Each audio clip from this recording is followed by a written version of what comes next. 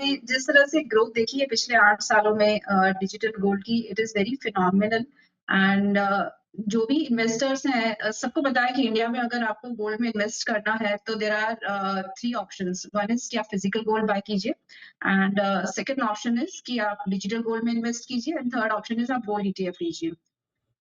So for investment purpose, right? So अगर आप digitally देखें तो गोल्ड ईटीएफ्स भी है, डिजिटल गोल्ड भी है। अगर आपको एक्सेसिबिलिटी और टिकट साइज की बात करें तो डिजिटल गोल्ड में you can start your investment with as low as 10 rupees, जो ईटीएफ्स में मिनिमम 100 रुपीज या 1 यूनिट का होता है। सो आपको अगर 0.01 ग्राम में भी गोल्ड लेना है या 0.001 पॉइंट में भी देना है आपको गोल्ड, तो वो आप डिजिटल गोल्ड के थ्रू ले सकते हैं। दूसरा 24/7 ईज ऑफ परचेज है डिजिटल गोल्ड में, ये मार्केट बंद नहीं होता, 24 घंटे चालू रहता है। जो ईटीएफ में आप देखेंगे तो जो इक्विटी के मार्केट आवर्स है फ्रॉम 9 to 3:35 ये टाइमिंग्स रहते हैं। सो ईज ऑफ परचेज आपको डिजिटल गोल्ड में मिलता है। अच्छा। थर्डली अगर आप देखेंगे कि आपको डीमेट अकाउंट होने की जरूरत नहीं है अगर डिजिटल गोल्ड में इन्वेस्टमेंट करना है, तो जो ईटीएफ्स में बहुत जरूरी है।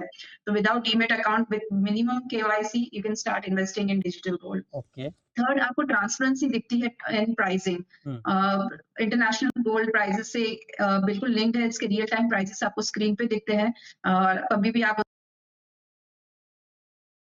उसको समझने में आपको प्रॉब्लम नहीं होगी। जैसे आप गोल्ड ईटीएफ में इन्वेस्ट करते हैं तो एनएवी डिफरेंट होती है सारे ईटीएफ्स की, तो आपको पता नहीं चलता है आपने क्या अमाउंट पे गोल्ड खरीदा है। राइट। यहाँ पे आपको एकदम क्लियरली दिखता है कि ये रियल टाइम प्राइसेस है, वो लिंक्ड है इंटरनेशनल प्राइसेस से, आप क्या प्राइस ओके। पे खरीद रहे हैं, क्या प्राइस पे बेच रहे हैं।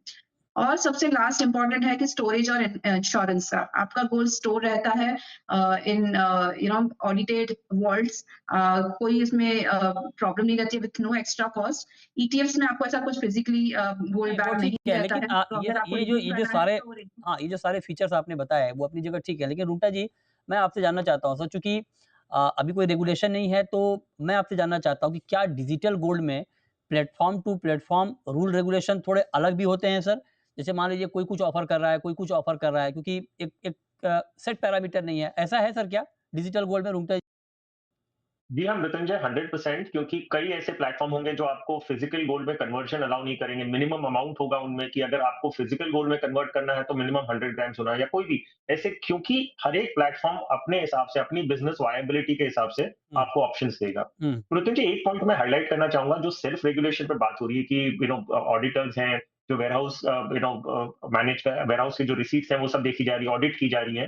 हुँ, तो मैं मृत्युंजय एक एग्जांपल बहुत फ्रेश है, फ्रेश आप मान लीजिए अभी भी वो केस चल रहे हैं, वो नेशनल स्पॉट एक्सचेंज का है। हुँ, यहाँ पे फॉरवर्ड मार्केट्स कमीशन तो फिर भी एक ओवरसीइंग रेगुलेटर था, हुँ, उसमें भी वेयरहाउस की नकली रिसीट्स दी गई थी। तो यहाँ पे मैं बात कर रहा हूँ कि एक ऐसी ऑर्गेनाइजेशन है जिसमें फॉरवर्ड मार्केट कमीशन उसको ओवरसी कर रहा है उसके ऑपरेशंस को। हुँ, वहां पे भी स्टॉक वेयरहाउस में नहीं पाए गए थे, वेयरहाउस रिसीट्स दी गई थी वगैरह, सब कुछ हुआ था। वो स्कैम अल्टीमेटली निकला कि जो वेयरहाउस में गुड्स थे वो प्रेजेंट ही नहीं थे और उसके सामने फंडिंग ली गई थी।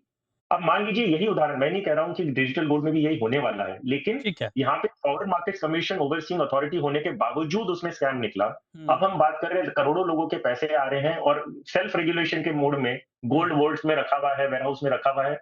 आई don't think that's a very smart thing to believe. I mean in fact okay. मैं नहीं कह रहा हूँ कि नहीं होगा, लेकिन अगर कुछ गलत हुआ तो उसका परिणाम क्या होगा, इन्वेस्टर्स कहाँ जाएंगे, वो एक सबसे बड़ा सवाल है। ओके, ठीक बात है कि इन्वेस्टर कहाँ जाएँगे वो बड़ा सवाल है। फाइनल टेक चिराग जी, क्या ऐड करना चाह रहे हैं आप इसमें? सर, वी आर तो रेडी फॉर द रेगुलेशन। अगर रेगुलेटर आता है तो हम as a industry as a whole, मैं ये बिल्कुल ठीक है, जितने डिजिटल गोल्ड प्लेटफॉर्म्स हैं मैं सबकी ओर से आई कैन टेल दिस कि we are ready to have a regulator right. To have it in our industry. चलिए, बहुत शुक्रिया चिराग ठक्कर जी आपका, हर्षवर्धन रुंगटा जी आपका और ऋषा चेनानी जी आपका हमारे साथ आज की इस खास चर्चा में जुड़ने के लिए।